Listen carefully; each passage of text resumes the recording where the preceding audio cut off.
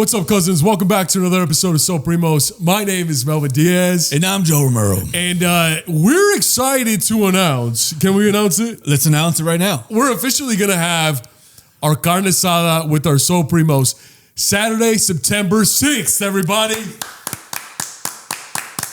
And since the very first episode, I don't know if it was the first episode, maybe second episode. I think it might have been like fifth or sixth after we were like, we need more subscribers. Yeah. We were like, when we hit 1,000 subscribers, we're going to have a free Carnosada where all our So Primos can come and hang out with us and drink and eat good food and see nature.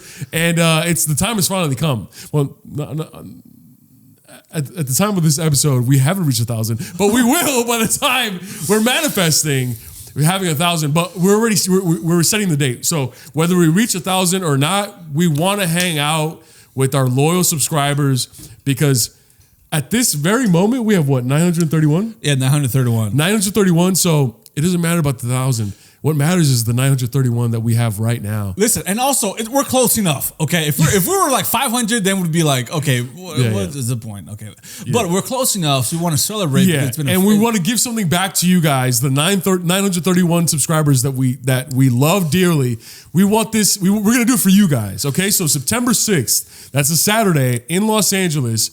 At what park? Griffith Park. Yes. The exact location will be given on the day of because we want to make sure we get there early just to find a spot, make sure we put a tent up, make sure no one takes the spot. So we'll give all the details the day of. And also, my homie's going to be cooking. We got a Filipino homie, Christo, going to be cooking. So we're all going to be there have chilling. Beverages. Yeah, because if we cooked, the Carnosada might have been raw. The only thing that we can cook is conversation. All right, that's it, boy. That's it. Now, as far as the food, I have a question. Yes, is Melvin and this is like, you know when you go on a website that says FAQ like questions and shit? Frequently asked questions. Yeah, I was about to say fucking okay. Frequently asked questions. Some people are asking, is Melvin gonna make jungle juice? Oh yes. I am gonna make. I'm gonna make two different types of jungle juice. Oh. Okay, I'm gonna make my famous pink lemonade and other things jungle juice, and I'm gonna make my famous red jungle juice. What is the difference? It doesn't matter what the difference is. They're both very, very tasty, and they both make you feel really, really good. You know what's interesting with jungle juice? I've always been like,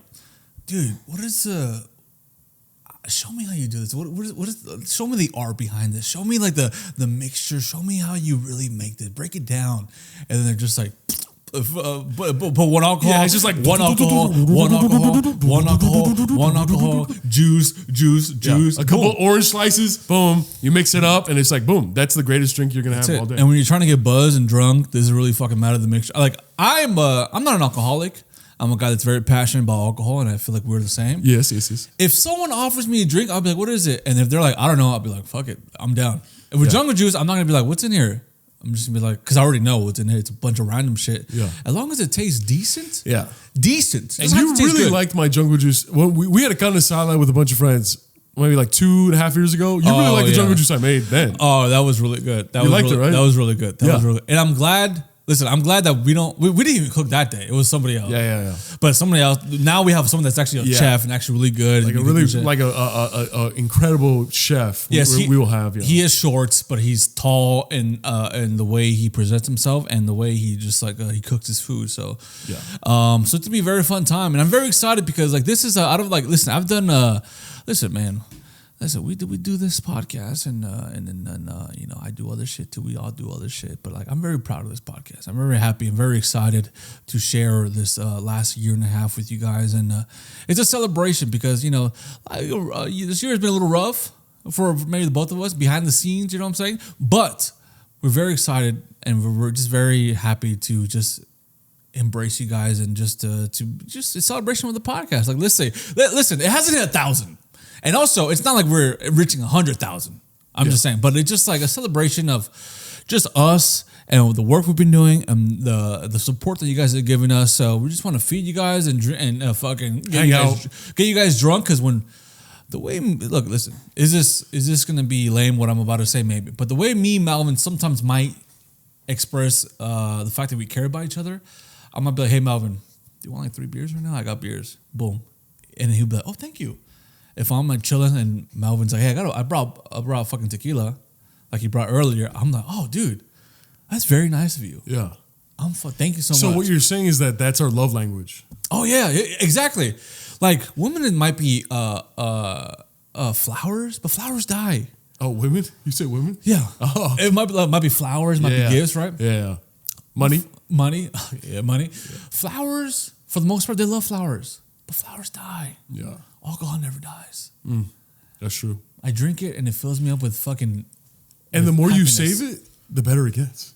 Dude, come on, man. If you save a flower, it's gonna die. Yeah. Alcohol never dies, man. Like this, like this. This has been fucking here for like a long time. But it's gonna be from 2 to 8, 2 Yes. p.m. to 8 p.m. It's gonna be in Los Angeles. So I'm sorry. I'm really upset with our that our So Primos outside of Los Angeles. You know, it's difficult for you guys to come. But if you guys do come to LA, September 6th. Griffith Park, the exact location will be given out either the day before or the morning of, because it's such a huge park. It's one of the biggest parks in Los Angeles. It's like super close to the Hollywood sign. Yeah. Well, we're going to be at, it's going to be the other side of the Hollywood sign, but maybe you guys can make a day of it. You guys can go see the Hollywood sign and then come hang out with us. And it's like centralized in it's central location Los Angeles. And it's just gonna be a day full of love, laughter, and joy. Like, what was that? Live, laugh, love. Live life for love, or he lies, she believes. Someone, it's all the same shit. Realize. Exactly. Go in the morning. Go to the museum. Go to the Museum of Death. Go to the Holocaust Museum. Go to the World War II Museum. Or go to, like, for me, I recommend the Natural History Museum. Yeah, or the Science Center. Yeah. And then when you're done with that, we'll be there from 2 to 8 at Griffith Park, and we're gonna have Carnosada, we're gonna have rice, we're gonna have nachos, guacamole, alcoholic beverages, Diet Cokes, Diet Pepsis. We're gonna have ice. We're gonna have water. Wait, which ice? For the beverages. Oh, okay. Yeah, because we don't fuck with the other ice. And then we love everybody. And we'll have water. We're going to have water because last time we had a Carnosada, people were like, do you guys have water? And we're like, ooh, no. We were kind of like, bro, we have jungle juice. Why the fuck are you asking about water? And they're like, you want water? Oh, here's a Corona. No, you like this. Like, oh, you want water? No. But you guys can bring your friends. You guys can bring, people that we don't know. It's just going to be a good time. And then you guys are more than welcome to bring your own beverages and your own food. That way it could be like a little potluck. You know what I mean? Yeah, I'm excited because last year was a roller coaster of emotions because, Lord, when we got there, we were setting up. We set up the food. We set up like the jungle juice. We set up like the cooler, yada, yada, yada. And then we were like, no one's going to come. Oh, yeah. No one's coming. And then we were like, listen, if no one comes, all three of us can just kick it. Just drink. Me and Melvin can just drink. Yeah. We're like, fuck it. But the people showed up. And they showed out. Yeah. And it was very surreal. Yeah. Am I gonna cry right now? Yeah. Oh, I don't want to. But yeah, okay. So we're gonna post on our social medias the flyers and everything. But just so you guys know, you're hearing it here first. September 6th. That's a Saturday from 2 to 8 at Griffith Park, Los Angeles. Exact location to be announced the morning of or the day before. BYOB, bring your own beverages, bring your own food if you want to, but there will be beverages and food there for you, waiting for you. Yes. And we'll be there. Melvin and I, what the fuck? Joel and I will be waiting for you to hang out and talk. And just be your So Primos in real life. Don't ask us if you can bring somebody, just bring them. Just bring them. Don't ask us, oh, dude, can I bring my 14 real life blood cousins? Bring them. Blood cousins, crip cousins, all fucking gang related cousins. It don't fucking matter, dude. It does not fucking matter, bro. You know that Joel and I will fucking love and embrace each and every person that shows up, whether they listen to the podcast or they don't. Do we prefer they listen to the podcast? Yeah. Yes. Are we gonna check if we subscribe to everybody? Yes. Oh, I want to bring my girlfriend and my side chick. Bring them both. Bring them both. Oh, I don't know if I should bring my man or my side dude. Bring them both, dude. Bring them both, and we'll tell you which one to go 100% with. Let them fight over you. Fight to the death. Yes. Over you. Yeah. And then we could be the referees. That way we make sure nothing gets out of hand. I've always wanted to be a ref. Yeah. So if you make them fight over you, it's going to be a dream come true for both of us. Yeah. Wow, why wouldn't you just do that then? Yeah. Go ahead and do that. Yeah. But please, bring anybody. And afterwards, perhaps we go out. Oh, yes. Perhaps we hit the town. Perhaps not. I don't know. We'll be smelling of smoke and meat and because of the grill. Oh, to the yes. girl. Whoa. And would I want to go out there like that? Maybe. Yeah, I would. Maybe. I'm down to go anywhere. I'm down to climb a tree. I'm down to fucking dig a hole somewhere and just live in there. I don't know. Yeah. Put me You could definitely do that. 6 feet under. Yeah, or climb 6 feet on the tree, whichever. Climb 6 feet on the tree, put me 6 feet under, then fucking dive onto my chest. Okay. Like it's a wrestling move. That started fucking weird. What the hell? Like this, like okay, yeah. That started, for some reason, when you say okay, No, you say. someone cut that out. Hey.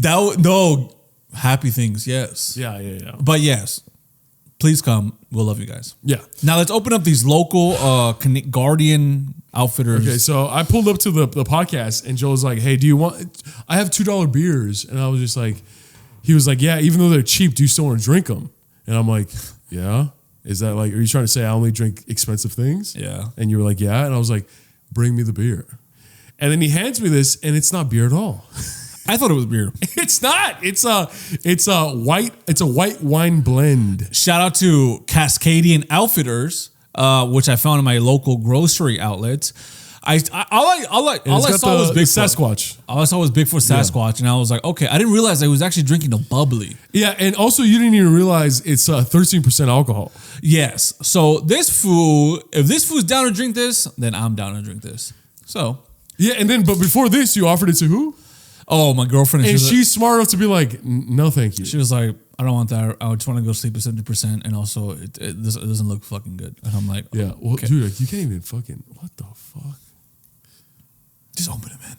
Dude, what drink am I having?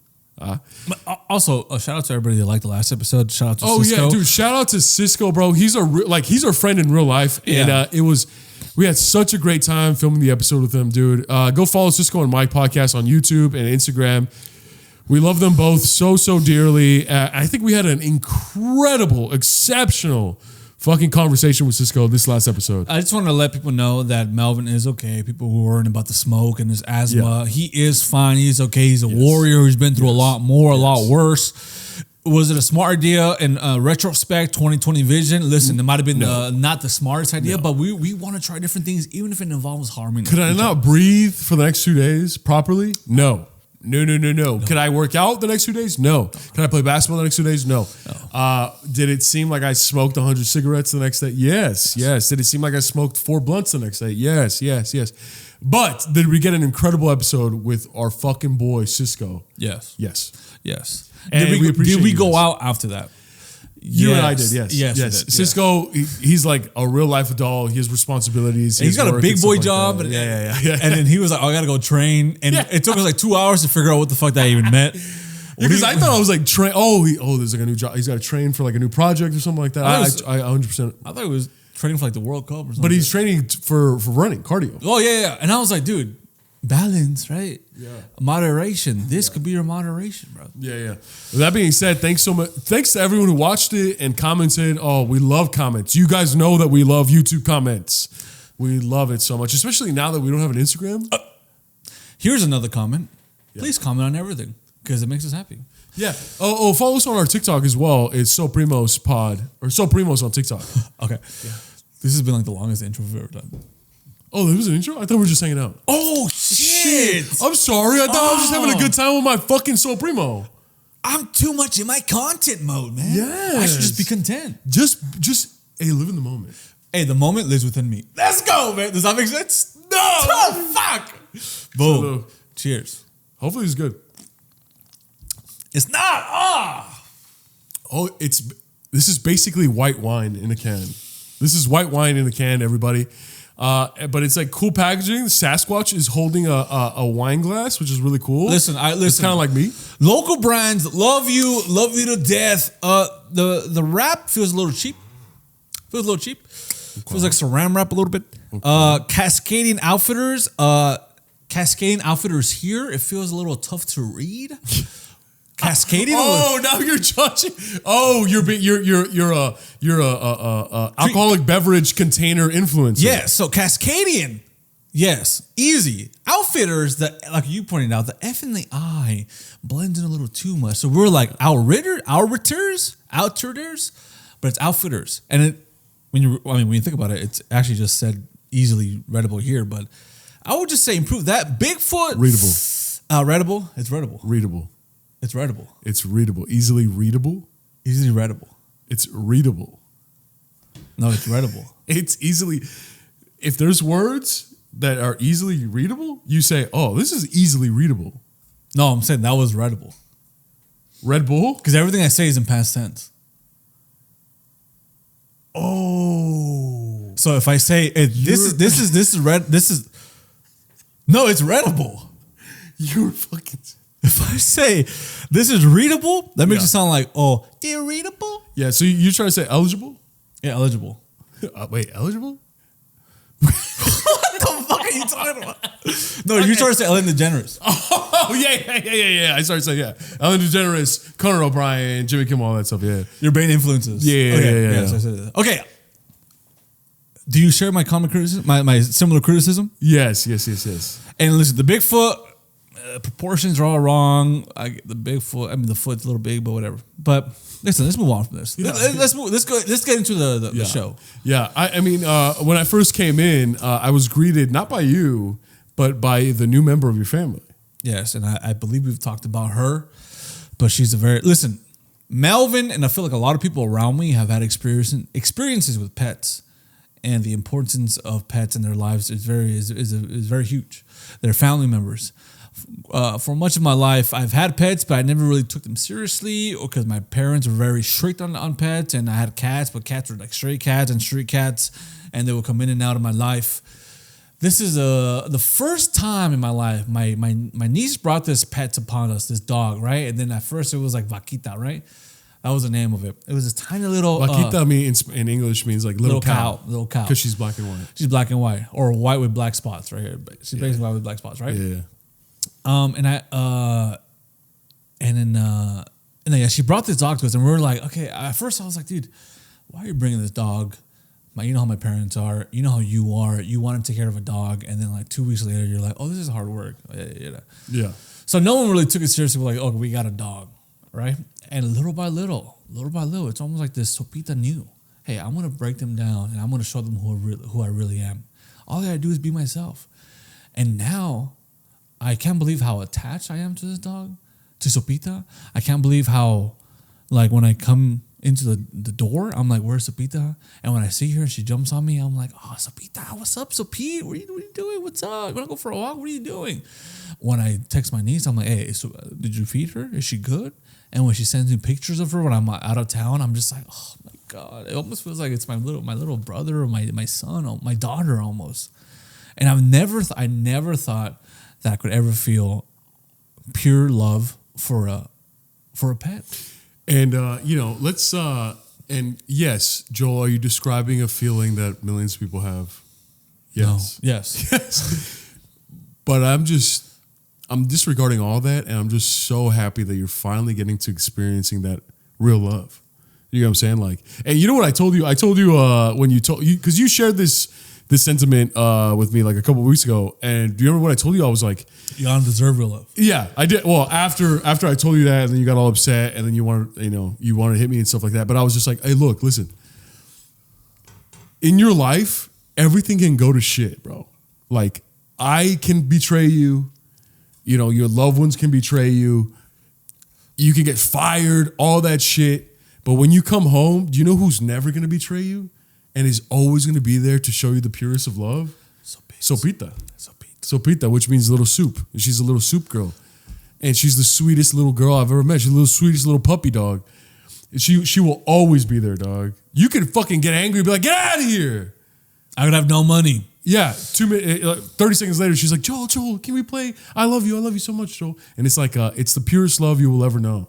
Yes, and I never realized that I would feel that. Yeah, but now that I feel it, I'm just like, wow. Like my niece texted me the other day. She was like, oh, Sopita ran out. She went outside. Like your dad left the door open, and I was on the plane. I was like, what the? I was so fucking angry. Do you remember the last time? Forgive me. Like 2 weeks ago, I came to your house. And she ran out. Oh yeah. And then you were chasing her, and then she was running past me, and I did like a little maneuver. I like tricked her, and then I just grabbed her, and you were like, "What the fuck, Melvin?" Yeah. And I'm like, "I have a lot of experience with my animals leaving me." Yeah. Damn. No, not leaving, escaping. Almost escaping from my clutch. Yeah. Yes, but the way you grabbed my dog, it made me mad because she was coming. she was coming, and then you have to trick her. So I went like that. So she went that way, and I just went. Whoop, I just like reached down and I grabbed. There goes your football experience. Yeah, it's like a juke. Yeah. Like basketball juke. Yeah, basketball, football. Yeah, it's a juke. So I juked her out and I just went like that. You say you were mad that I grabbed her because you grabbed her. At first, you went like this, look right. And then Tamina was like, no, because you weren't even grabbing her. It was like you had a distance from her. Yeah. She was like. You may choke on your arrogance. You said some crazy I said some crazy shit. I like started speaking in tongues and everything, but no, I just put my hand. I just put my hand on her little back. Yeah, and then I think she realized, she was like, okay, I'm gonna stay here. And then you managed to grab her and stuff like that. Yeah. And then some of your other family member was there. Yeah, and both of you guys were like, what the fuck? Yeah, and I was like, I have a lot of experience with my animals wanting to escape my grasp, but they don't do it maliciously. They're just so excited to like when they see the door open, they're just like, holy shit. But why do they like we take her out all the time? Well, because they breathe. Their nose is like 1,000 times stronger than ours. So imagine someone opens the door for you after you've been inside all day, and then you smell a bakery, and then you smell grass, and then you smell the ocean, and it's just like, oh, dude, what the fuck is out there? And then their hearing is really good too, so they hear a bunch of stuff and they just want to go. I wish I could have the smelling of a dog because, Lord, sometimes I'd be grilling chicken outside, and I'm like, damn, this smells good. And Sopita's like behind me, like, give me some, right? Yeah. And I give her a little tiny bit, right? But I'm like, man, this smells good to me. Yeah. I can't imagine what it smells like to you. Oh yeah, dude. Every time I eat, my dogs are always looking at me like they're just like, we need food, and I'm like, bro, I just gave you a whole rotisserie chicken like 4 hours ago. Yeah. But they just love eating food, bro. Yeah, because I had listen. I had cats before. At one point, I had 9 cats. 9 cats, and that's no exaggeration. 9 cats, 9 lives. No, yeah, no exaggeration. So I was dealing with 81 lives at the time. Yeah. Oh, it's quick math. Quick math, yes. Yeah. So give me anything else. 8 times 8. 8 times 8 is 64. Oh, 7 times 7. 7 times 49. You didn't know if that was 12 right. times 12. You didn't know that 144. You didn't know if that was right, huh? 7 times 7. You were like 49. Okay, all right. 7 times 6. 7 times 6 is 42. That's crazy. You know, like fucking. Dude, you impressed me every day. No, when man. Caesar was like, no! And you were like, that's how you realize. But listen, I had a cat before, and at one point, like I said, I'm not no exaggeration, I had 9. But I wasn't really attached to any of them because, like, listen, I saved you. Did you save me? No, I saved you. Here's a wiener. He's talking to the cats. Yeah. Yes, here's a wiener. Here's cat food. Do your thing, right? Do your thing. And by that they may go out there and get fucking pregnant, and now we come back and they're like, there's kids and shit, whatever. And I thought I'd never own a dog because I had a dog before, and his name was Odie. Another one, his name was Duke. And they both ran away. And also my dad, never mind, I won't say that. My dad wasn't the nicest. He was they didn't like these dogs, pretty much. I'll leave it at that. I don't want to paint him in a bad light. But he wasn't the friendliest. And like I said, the experience that I had with cats when I was younger, I don't want to say that either, actually. I think if you visit our like the first 30 podcasts that we've done, I think you could probably find that story. There was a story where I said I was on the roof of my house and we had a pool and we throw our cats off the roof into the pool. Well, I mean, to be fair, your roof is very short. Yes, we live in teepees. Yeah. So it's only like 1 foot tall. This is a while ago. This is I don't think I was even 15 yet. Was you a teenager doing this? Fucking psychopath. No. I was the age of I might have had the mentality of a teen, but the age was not of a teen. I might have been like 11. Wait. You might have had the mentality of a teen, but the age wasn't a teen, so you were in your 20s. No, I was younger. Okay, yeah. So you were young. Yeah, very young, and I had older brothers that told me to do it. And listen, I was younger. And those animals survived for a lot longer than that, and they died. They got run over, and they got run over by people not involved in this family. One of them. But I'm saying is I wasn't attached to any of them, like I am to Sopita. And for so long, I've heard people talk about the beauty of having a pet, of having a dog, a man's best friend, and I didn't want to deal with the attachment of loving a pet that I know that you will outlive, because I know that pain is going to be very intense when she dies. But now I'm like, fuck it. If it means having years of pure joy, I'm willing to go through that pain just to feel those things. Yeah. And you're an expert when it comes to animals, to pets. Yeah. I have 4 dogs. I have 4 dogs. I have a yellow-headed green parrot, Brazilian parrot, which they live for like 60, 70 years, which is crazy. But she's like super mean because I think like the previous owner was like mean to them, so she became like a cold, callous gal. Like the old version of you? No, the previous owner that gave her to us. Okay. But yeah, I love dogs very much. I have a cat as well. I have a hairless cat. And yeah, dude, having pets is like, especially a dog that really loves to cuddle and like really shows affection. Yeah. An affectionate dog. Oh, dude. A playful, loving, affectionate pet can change your life, bro. And I told you, right? Remember I told you I was like, there's some prison programs throughout the country where non-violent, or maybe some violent, I don't know the criteria, but some inmates, they give them kittens or puppies. To raise while they're getting quote unquote rehabilitated in prison, and like the statistics are incredible because like I don't know, I think I read somewhere where like you have like a 90% chance of going back to jail if you were in jail or in prison if you were in prison, but the inmates that went through this program with kittens and puppies, like it just drops significantly. What kind of crimes? What's the limit on that? Like what's the most someone can do? And they're allowed to get like a pet where they can kind of like get through the jail, get through like this time in their life, and they can have something that brings them happiness. Honestly, anything that's not murder, the R word, or a child R word. I think a child R word or any of the other those things like and murder, everything I just mentioned, like you're done. You gotta do what you got. Like the sentencing that you got is what you got to do. But I think like if you're a thief. Perhaps if you're a drug smuggler, a drug dealer, or any criminal offense that didn't hurt someone else, like physically, mentally, any of that. Like, because like I guess you can say stealing might hurt somebody. Yeah, but if you stole from like a multi-million-dollar corporation, but like, what if you didn't? What if you just stole from somebody? From someone's house? Yeah. Well, it depends. That's also can be like emotionally and mentally damaging, but for the most part, you're gonna be.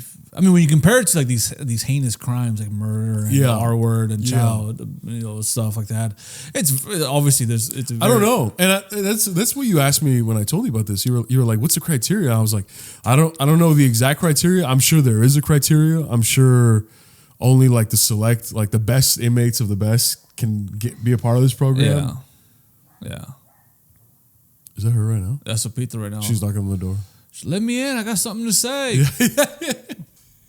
She's like, tag me. She's like, are you subscribed? Subscribe for Sopita. Put a picture of Sopita. I will. A lot of people will say, I want to let Sopita in right now, but I can't because the trap has to block the door. Yeah, that's true. Yeah. I wish I would.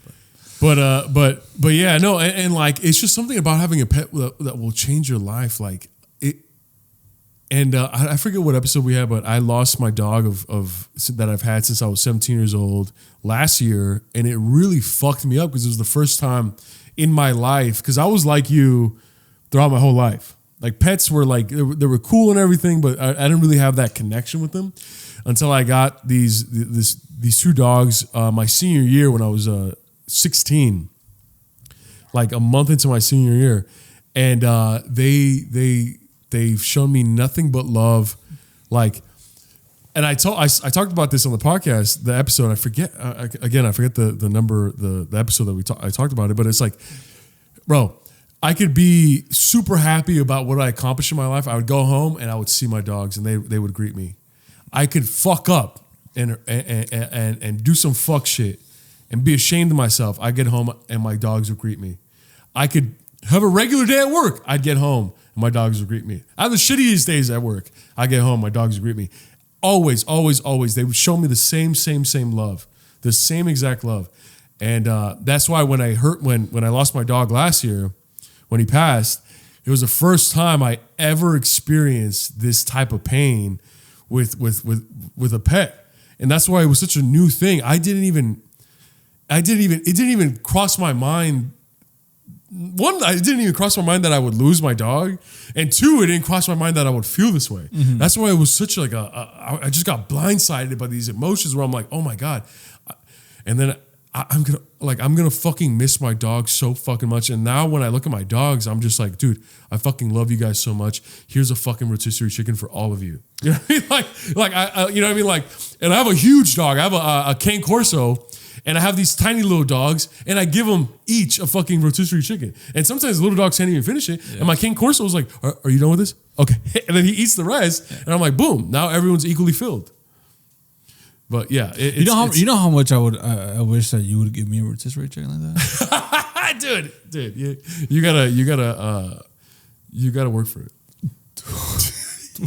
You gotta show me the same love that my dog should. What do you want me to do? How do they bark? Listen, that's all cool, man. That's all. Listen, dude,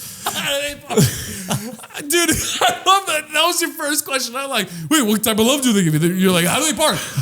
I'll go to all fours right now. I can do what they can do. I can do what they can do. What they can do. Anyways, yes. I was about to say, listen. That's why. Before, sorry, no, go ahead.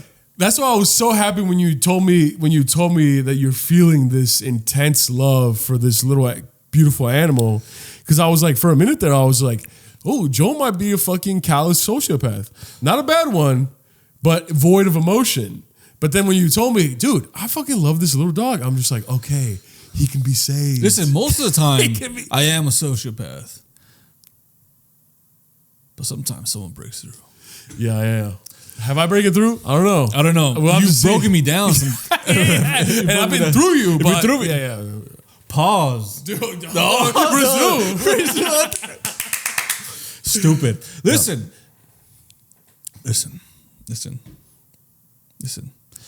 I would hate to see my pet pass away. The only situation I would hate to be involved in more is to be trapped in a glacier almost. Oh, shut up. Oh. Okay. The reason why he says that might seem random. It might seem absurd and ludicrous. Oh, I love him. might be absurd in Ja Rule. Yeah. Might be absurd in 50 Cent. Yeah. We're just naming a... Yeah, just hip-hop artists from the early 2000s. Oh, you're going to say black guys?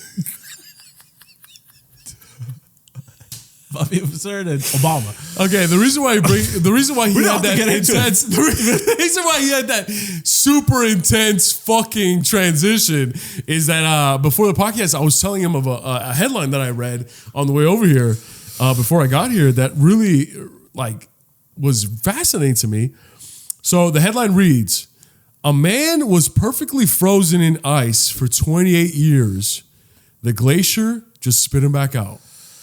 So the more and then I told you about it, and you were like, "Oh shit," and I was just like, "Oh wow," and I was reading it more. I was like, "Dang, he leaves a wife and 2 kids," and then you were like, "Oh great, they get to be reunited." Yeah, and then at that point I realized, oh, Joel, you think this isn't Captain America? No, because every time in cinema or in real life or in literature. Or in fucking anything. In fiction too. Like in nonfiction, documentaries, like when you hear about someone being frozen in time for years, they always come back. Like Futurama. Austin Powers. Yeah. I can't how did he fall down? Did he fall down into this lake? There's a rumor that Walt Disney's cryogenically frozen in underneath Matterhorn. If I fell into slowly fall into a body of water where I was gonna be frozen forever, I feel like my girl would see me and she knows she can't help me and she'll be like, "I love you." I'd be like, "I know." Dude. That's a Star Wars reference. Harrison Ford. Han Solo. And we love Harrison Ford here. Yeah. Okay, that being said, you did think that he was still going to be alive. Yeah, because most people... Listen, whenever you look at literature... You said the same fucking thing. Because, man, if you're going to be frozen, come back, man. Yeah. How do you let yourself die? Your heart stops. You have to bring him back. Unfortunately, it's the same problem with people who climb Mount Everest. Oh, because so many people die on Mount Everest that when they get found, they still look like the day that they died, even though it's been 20, 30, 40 years. I hope if I climb Mount Everest in 100 years, 200 years, they're like, oh, it looks good. Looks good. If you die on Everest? Yeah. And like 2 years afterwards, they look at me and they're like, oh, there he is. I wonder what I would be wearing because it's like, what's the most popular one? Green shoes? Bald head? I think like if you die on Mount Everest this year and then they find you 200 years later or 300, 500 years later, the scientists would be like, whoa, people look like this back then? I'm sorry. And the reason why I say this is because... How would the people in that time look? Asian. Everybody's Asian? Yeah. That's this isn't even a joke. I think everyone in like 1,000 years, they'll all look Asian. We'll all look Asian. I feel like if people went up there and saw me, they'd do like a whole ceremony, like fucking shoot at the sky. I think is that everyone in 1,000 years is gonna look. They're gonna have the same skin color as Bruno Mars. Oh yeah, and The Rock, and then they're gonna have Asian eyes. I think there's not gonna be ethnicity and race is no longer gonna be a thing. It's gonna be a thing of the past in 1,000 years. I think class warfare is gonna be a thing. No more racial warfare. That's what I think. That's an honest opinion of mine. This is crazy for me to say, but I really feel if I'm stuck there for 200 years, I wouldn't really die. My heartbeat would just slow down, and then those people would be like, "Oh yeah, look it over there," and they see me right, bald head or Fashion Nova, like fashion icon is right there. They look at me and they hear my mouth. They see my mouth moving. Right? No. And then they're like this, and then I'm like, "What is he saying?" And they look up to my ear, and I'm saying, whatever doesn't kill you simply makes you stranger. No. What you do? They would get you out of the ice, and you're slowly recovering. It's like, I hear a pulse. All right, and then they put the wires on you and everything, and then and then at the end of the episode, because it's a show, at the end of the episode, it zooms into your hand and it goes like this, and it's like directed by Michael Bay. No, it's my dick. No, what's that song? The Linkin Park. What I done. It's my dick. It's like, movement. It's fucking. Because you can flex your penis. Yeah. Oh, okay. All right. Okay. No, it's a hot take or what? It's a hot take. I think it's a lukewarm take. Dude, I would love to be found in the mountain like that, man. Just people marvel over like the phenomenon that is Joel Brandano. Yeah. Because like nowadays, I mean, when they find like bodies of like prehistoric Neanderthals in caves, everyone loses their minds. Yeah, but I would be like this, look, right, and they'd be like, oh, look at him. Oh. You get put in the Natural History Museum. You're just like this. The kid's gonna be like, "What the fuck is that? What the fuck is that, Dan?" No, they wouldn't even talk English. They would talk like in tongue and shit, and some crazy language, like signs. You ever seen signs? No, they would have like microchips in their head. So like they would just look at each other like, and then they have like full blown conversations. Yeah, but sometimes I would fuck with the people there. Like the kids would just be like the parents would be like, this is this, and they'll be terrified. I'm scared, and then they'll be like, nothing to fear here. He's been dead for 200 years, right? Yeah. And they walk away, and then fucking they look back at me, and I'm like this. Oh, I think I'm like this. I'm like this.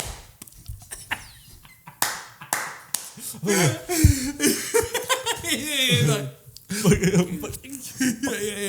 And then it's like, Dad, look. And then you look back and you're like, I'm in a way different pose. Dad, he said something. No, son, he's been dead for hundreds of years. Oh my gosh.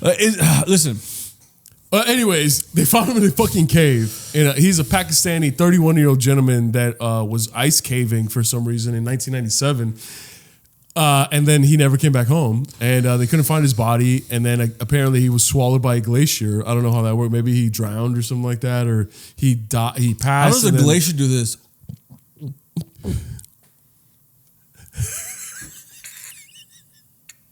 Hey guys, do me a favor, replay that again. For those of you watching, replay that again.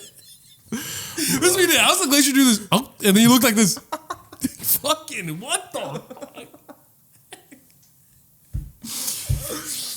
Bro, so shoot me, bro. Shoot me. You kind of look like Lex Luthor. Shoot me. God damn it, Superman. Okay. No, but maybe he like passed away in the ice cave, and then he was swept away by some rains or some water. How does rain do this? You got Okay, continue your shit. And but apparently due to global warming, whatever glacier that he was trapped in melted and spit him back out. And he was perfectly how does a glacier go? Okay, go ahead. Apparently, yes. He looked exactly like how he looked in 1997. He was perfectly preserved. That's what I'm saying. How do we get involved in shit like that? How do we do that? You know what it reminds me of? Like the people who like the bodies of Pompeii, that like super massive volcano explosion, and the ash and the fire just froze them in time. And it's like, and then they found someone jerking off. And then they also found two lovers holding each other, and they were together forever. I'm more interested about the guy that's jerking off. Oh, okay. So if I knew I was gonna die, if I was single too, like he saw imminent death, and he was just like, bro, let me just come one last time. Everybody was like, run, and like slow mo, run. You're like, there was like, Joe, go over here, and you're like, wow, I'll be right there. And then fucking, it's like a beautiful song in slow mo. Yeah. Hallelujah. I fucking put on my pants. Hallelujah. And he was laying down too. Yeah. Oh, he was going off. Yeah, because everybody knows if you're a guy, that makes your dick bigger if you lay down. So he can't be going out with a little small dick. He's gotta lay down and fucking thrust up to make sure his dick is bigger. Because if someone sees him, like, what is he doing? Yeah. You don't want people to be like, oh wait, he's gonna die, but why does he have a small dick? You want people to still focus on the fact that you got a big, you're packing. Yeah. So you lay down, hallelujah, there was a fourth, the fifth, and you just start jerking him. And then it's like the best nut you've ever had. Hopefully he nutted before his imminent doom. I would be, please slow like down. No, like imagine you're about to, but then you get burnt by the volcano, and now you're gonna be edging for the rest of eternity. What if you? Oh yeah. It's a risk. Sometimes you got to risk it to get the biscuit. You know I would hope that you fucking nut so intensely that it counteracts the volcano. Wait, Dad, look, it's working. Wait, why is there sun? There's a bunch of people. It's the townsfolk. It's the sound smoke. It's the townsfolk. Dad, look! And everyone's looking, and then you're just like, counteract the volcano. The smoke starts going backwards. Yeah. Your eyes start glowing. The smoke is like a person. That shit is gay. What the fuck? Take that gay shit out of here. Yeah. It's going back into the volcano. Yeah, but there was also, they found a couple that was holding each other. I thought that was so romantic. Like they're gonna be together. They're holding each other for eternity, bro. I would still run. You still run? No. Well, wait. So like let's say the imminent doom, because a volcano is just like, it's like heat and ash and lava, and let's say it's like 20 feet away from you and it's traveling super quick, right? So you only have literally 3 seconds to strike a pose. What would you do for eternity? No. What the fuck was that? What was that? Guys, replay that as well. What the heck was that? What the fuck? I thought of like 4 different things. I don't know. Like, I'd say all 4. No, I say all 4. I just thought about like. No, I'm like. No, my pose. Let me see my pose. Would just be like, I don't know, some fucking real shit. Like you would do that. Spider-Man died here like this. Oh yeah. Or like West Side. You know what I mean? Like I'll do that maybe. No, what can I do like that? No, I'll do this. Of course, man. Everybody would know it's you. Yeah, I was like, oh my God, Melvin. I would just take my pants down. No, if we were together, I'd be like this. No, you know what I would do? I would. That's it. I would take my pants down, right? Oh. And then pull my foreskin as long as I can. And then as soon as it's about to kill me, I would let go. But then the smoke would go. The smoke would just fucking make me into ash, right? Yeah. So it'll get me faster than the foreskin can go back to my wiener. Oh. So it makes it look like he has like the longest dick of all time. So when they go to the museum, they're like, this man had the longest penis of all time, right? Yeah. And they're just fucking long ass dick. And I'm just like, and then everybody learns about me. Yeah, and become like a folk hero. Yeah. Long Dick Jamerson. Long Dick Jamerson. And I'll be next to you like this. He was like, huh? You die too, right? Yeah. You're more like this. No. Yeah. Everybody looks at you, and it's like Long Dick Jamerson and his big wife. And peeping Tom fucking Melvin. If you notice, he's bought in his lip. Anyways. Listen. Do we deserve having a podcast? Do we deserve 1,000 subscribers after I don't what know. we just said? I don't know, but yeah, no, I mean, I don't think I would ever go ice caving or anything like that. And I consider myself an adventurous gentleman, but I don't know, man. Yeah, but that's not like sexually. Also, I didn't know Pakistan had 7,000 glaciers. Oh, yeah, neither did I. For some reason, when I think about Pakistan, I just think about dry. But that's also because I don't know anything about the Middle East. Besides, I don't know anything about like how it looks besides like some dry spots and stuff. Yeah, they have the most glaciers of any country. And you know what? We talked about then. I was like, yeah, it must be hot out there. And then you were like, listen, you think that's hot? We actually have the hottest part in the whole wide world. Yeah, which is so crazy. We like the hottest part in the world, not the country, on planet Earth. The hottest place is 4.5 hours from Joel and I right now. It's in California. Yeah.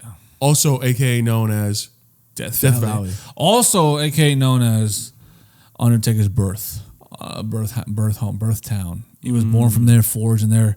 I don't know if you know that, but Undertaker was raised and born in Death Valley. Oh, cool. Very you know cool. that? No, I didn't know that. You know what Undertaker is? I love The Undertaker up until a year ago, yeah.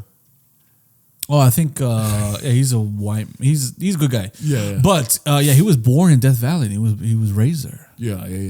And is that true? Probably not. I mean, But everything that wrestlers say are lies. And did Vince McMahon write that storyline? Yeah. Sometimes I like listen to John Cena and I'm like, he's like really just prominent and deep and just what he says is of value, and other shit it's just like, oh dude, come on, this is like just WWE shit, bro. Like he's like on podcasts or something. Yeah, on podcasts and interviews. Like sometimes he talks about when he talks about his real life, I'm like, dude, I'm gonna listen because he's like dropping gems. He's just like, bro, I've failed time and time again. This.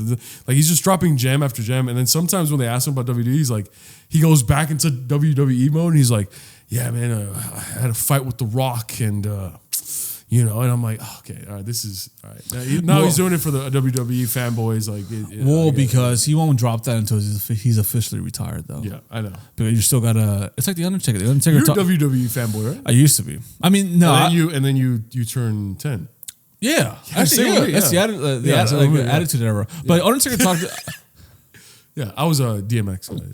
The Undertaker talked about how like when he was at his prime or his whole career, he needed to make people believe everything about the Undertaker, and that meant when he was married. I mean, he's still married, but when he go to his wife's parties or any party, he would kind of act like the Undertaker. It'd be kind of creepy. Yeah. It'd be weird. He'd be not talking to anybody because he needed to sell the fact that he was the Undertaker.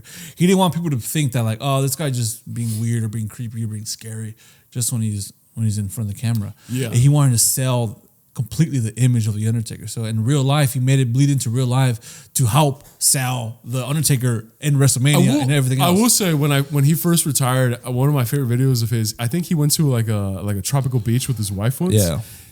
And they were around sharks in the water. They were like the water was like knee high, and like his wife was like, "Oh, sweetie, there's like sharks," and he just stepped in front of the sharks, and they all went away. And then what you call them? The comments were like, dude, even the sharks know, oh shit, that's the fucking Undertaker. But then people don't realize he's like 6'8", 6'9", he's huge, big as fuck. So big it's as like, motherfucker. Those sharks were probably like, what the fuck is that? I've never seen a human like this. Yeah. But it was a great video because it wasn't. You could tell that it wasn't staged. It was just like it was just something that happened. And I was like, dude, that's fucking sick as fuck. That even everyone knows who the Undertaker is. And also, I don't want to say this, so that's as a kids are saying that's aura.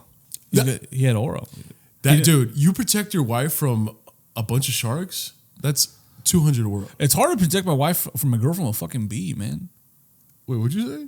It's hard to protect my girl from a bee. I thought you just said it's hard to protect my wife from my girlfriend. No, I corrected myself. It's hard to It's hard to protect my wife, and then I was like, oh, I'm not married. No, my girl from a bee. Yeah. From like one of those big fat beetles. Oh yeah. Those are fucking I was scary. in my yard building something the other day, and fucking this gorgeous sapphire green beetle kept following me and chasing me, and I didn't want to smack it because I'm like, bro, please stop. And if you check my security cameras, I run like 2 laps in my yard. Yeah. I'm like, bro, please. But it kept following me, and unfortunately, I had to smack it. What? I had to smack it, and then he was just like, he was on the ground. He was like, oh, what the fuck, dude? And I was like, dude. I could just tell like he was hurting. I was like, oh my God, I'm so sorry. And I just grabbed a little cardboard and I took him outside like that. And then I put him there and I was like, okay, I'll come back in like 10 minutes. And if he's gone, then I know that he flew away. And he melted. No. I came back and he was gone. So I was like, okay, he flew away. And then I told my sisters about it. And she was like, you fucking idiot. A bird probably got him because you fucking put him out in the open, dumbass. Survival of the fittest. And I was just like, listen, those beetles. And I was like, why was he chasing me in the first place? That's what I was about to say. Those beetles are probably useful for something. They're probably necessary, but they don't necessarily have to get close to me, man. Do not get close to me. And then he got close to me, and I was like, wow, you're so gorgeous. But then he kept coming towards me, and I took a little step back, closer, step back, and I was like, what the fuck? And then after a while, he was full out chasing me. Because for me, I'm like, yeah, you can be an insect, you can be stupid, but I want to make you learn something. You're going to learn boundaries, right? Hey, bro. You're going to learn boundaries. Hey, quite frankly, whether you're an animal, a beast, or a human being, no means no, bitch. Exactly. No means no, bitch. And I did not want to be touched, so I had to let him know. And I felt, I literally, it made a sound. It made like that sound because it was so big. But, you know, I just smacked it, and I was like, I'm sorry. I even told him, I was like drunk while I was building something. So I was like, I even told him, I was like, and if you, I'm gonna send you the video because all this was real. And I told him, I was like, man, I'm sorry about that, man. I didn't mean to do that, but you forced me. And it was like, it kept trying to fly away. I guess I smacked it too hard. And I was just like, well, I'm sorry. It's dude, honestly, like I'm not on anybody's side, but I can't imagine the pain he felt when he got he just hit by a yellow school bus, and he's just like, oh, fuck, man. It's like when you get the air knocked out of you. He's like, oh, fuck, man. I was trying to just check out what you were making. This giant comes, he's like, I'm sorry, man. I didn't want to do that, man. And just boom, boom. I'm sorry. I didn't mean to do that. Come on, man. He's like, oh, fuck. And then I realized the closer I got, he was just a really gorgeous sapphire green. And I was like, wow, what a gorgeous little creature.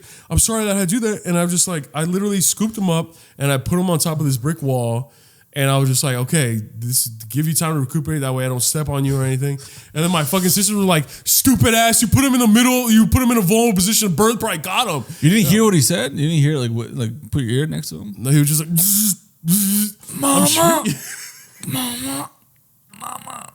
And I'm like, do you need help? He's like, I could use some crack.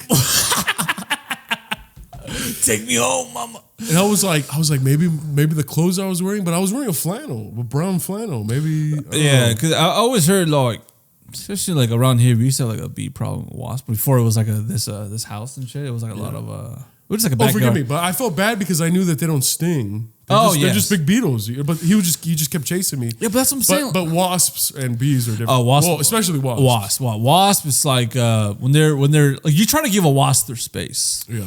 Even if they're at your house and then they have like a nest, you try to be like, okay, you can do that, whatever. I'm not gonna bother you because I'm kind of scared of you. Let me just go to my door real quick. But then when you try to do that, and then there's like a whole wasp, a clan, and there's like 5 of them, and they're like, oh look, he lives here. Let's attack him. And then you just zoom, and you're just like, what the fuck? And you're not even wearing colorful clothing, which you always think like, oh, they're gonna confuse me for a flower or some shit. Yeah. You're wearing all black. And then at that point, it's like, okay, I'm gonna fuck you up. Then you get the hose, or you get a fucking couple gasoline, put it in there, and they all fucking dip in the gasoline, and you feel like a murderer. Bro, I will say, dude, I've seen a lot of badass shit. I've been around a lot of fucking men that are just badass. Thank you. Keep on.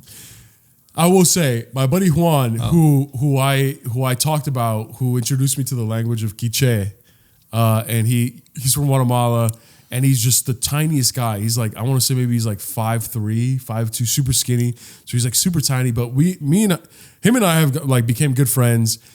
Yes, I talked about him teaching me quiche and everything. Yes, it got like tens of millions of views throughout all social media. Yes, it's super crazy, right?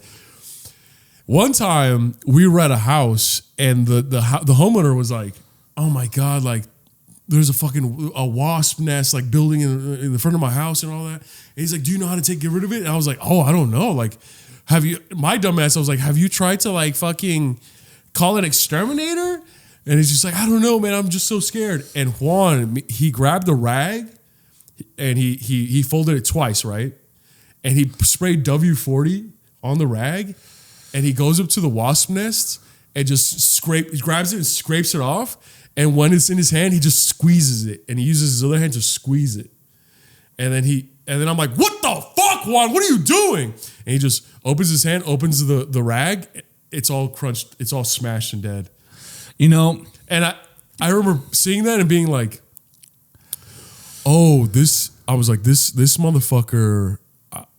I swear to God, I was like, this motherfucker doesn't care if he lives or dies, or he doesn't care if I live or die. I don't know if I want to be his friend anymore. No, that's the guy I've seen do some shit. But I bet when he was younger, his dad was like, "Listen, son, I'm going to show you something. Yeah. These things are bothering you, right? I want you to get a rag and fucking go up there and grab it." And he's like, "I don't want to. I don't want to." "No, you're going to do it. You're going to be a man today. I'm going to show you how to be a man." And he fucking does it. He's scared. He's like, "You can do it. Come on." And he fucking does it. He's like, "Oh, I feel so bad." He's like, "Squish it, squish it. Squish it. No, I don't want to. I don't want to. Squish it." Yeah. And he's like, "They all died." And I told him, the dad's like, "You're a man now." I told him, I was like, "What the fuck? Why the fuck did you do that?" And he was like, "It's easy. It's easy." And I'm like, I thought that the same exact thing. And I'm like, in my head, I'm like, man, in this country, bro, they don't have Yelp where you could just type in bug exterminator and then compare the reviews. So you get rid of it now. Just kill it right now. It's like, no, like we either get rid of it or they're going to get rid of our children. Yeah. These wasps are going to kill our kids and hurt our wives and hurt us and sting our pets. It's either we get rid of it or they get rid of us. Yeah. And I'm like, that's why, dude, that's why, bro, it doesn't matter how big or tall or muscular you are, bro. Some guys, bro, the toughest people I've ever met have always been like the smallest guys I've ever met. Thank you. Why do you keep saying thank you throughout this whole fucking story, bro? Because I feel like every time I say something good about somebody, it's about me. I feel like every time we say something crazy that someone did, you're just changing the name to protect my identity. Oh my God. Dude, you need to go therapy, man. You need to go therapy, bro. That's crazy. Jesus Christ. What if I try that again but we're already in therapy? Oh, dude. Then the fucking I'm gonna look over to the therapist and she's gonna be like, "You guys should start a podcast." And we'll be like, "Yes. Yes, we are." How long have you been doing it? How long have we been doing it? Oh, a year and a half. Oh, so you guys are big, right? Well, no. That's part of the reason why we're in therapy. Yes, yeah. We're not big. We're at 995. It's been 3 years. Yeah. And she's like, "You'll make it. You'll make it." And I'm like, "You subscribe?" She's like, "No." And I'm like, "We're gonna fire you." She's like, "I'll subscribe and comment if you keep my job, whatever." Yeah. But I would just say from now on, just say my name. Okay. Yeah. You do something badass, I'll say your name. Wait. Where's that from? Say my name. Breaking Bad. Oh, yeah. God, you don't know any of these references. Oh, I thought you were like, "Say My Name," the Beyonce song. Say my name, say my name. Dude, we're on two different wavelengths right now. We're on two different opposite ends of the spectrum. Okay. The spectrum being what? Spectrum of autism. Oh. You're strong with it, and I'm just strong with it. You know okay. All right. Listen. All right. Oh, that being said, if you made it through the podcast this far, made it through its struggle. For the Carnosada, we're gonna have September 6th, Saturday, from 2 to 8 p.m. in Griffith Park in Los Angeles.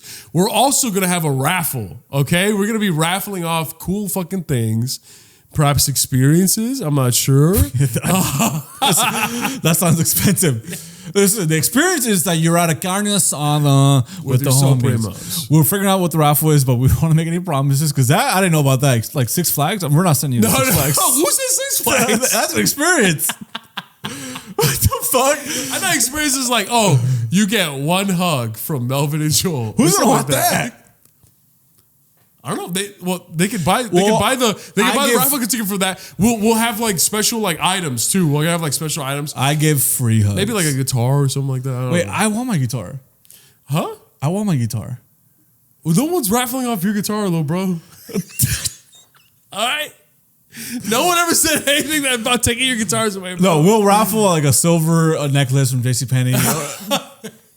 I'm just kidding. Yeah. Market value retail for $19.99. Yeah. Listen, we'll raffle, and if you want to be raffled, let us know. Whatever, man. We still got to figure out the raffle part. Yeah. That scared me. Experiences. We do. A lot of experience scared you, huh? Like, look. We are gonna have a raffle. We're gonna have like a bunch of stuff, maybe like 5 or 6 things. You get to decide like what you want to like, put your raffle tickets towards, and but it's gonna be good, man. It's gonna be cool. It's gonna be a very, very fun time. Yes, yeah. Yes. 5 or 6 things. That's a lot of things. That's a lot of things. I can't even think of a 2. Dude, Joel's like, that's a lot of experiences. That's a lot of experiences. I don't want to experience all that. That's a lot of things. Normally people just give 1. Like raffle. Maybe we'll have 2 or 3. Okay, good. Yes. Yeah, we'll have 2 or 3. Listen, if you guys want my guitar, just let me know. We're not gonna raffle your guitar, bro. I have spare tires I don't really want anymore from my old car. What else can I raffle? My mom bought me that. My mom bought me that raw look. It still has a tag in case you want to know. Yeah. These lamps, I kind of want them all. Yeah. Maybe we'll raffle a bottle or something. So that's. Oh yeah, that'd be good. Yeah, yes, nice little Woodward Reserve, perhaps. Maybe a reserve. Maybe what's that? Bison Reserve. No, that's expensive too. That's Buffalo Trace. That's expensive. Maybe Trison Reserve. Okay, some cheap shit. But that being said, thank you guys so much for watching. Please subscribe. Please tell your friends about us. And we've had Primos tell us like, hey bro, hey Primos, hello bros. We have shared your podcast with our friends and family, but every time we do, you guys say some outlandish shit. But dude, we don't even say anything outlandish. Like today, I want to die in ashes and pull my foreskin so that people think I have a big dick. Dude, that's not crazy at all. Yeah. You want to die another way? Let me know. Hey. At the risk of sounding like a corny ass fucking comedian that hates the woke mob, hey, we just say things that you're too afraid to say. Okay? Yeah. we say things that you think. Newsflash. My stomach's hurting. This shit's hurting my stomach. Hey guys, Joe critiqued the outside of your thing. Why is there bite marks on this shit? Joe critiqued the aesthetic of your beverage. I might be critiquing how it's making my tummy feel. Listen, we love you. This has been the Soul Primos episode. My name is Mama Diaz. And I'm Joe Romero. Okay, bye. Bye.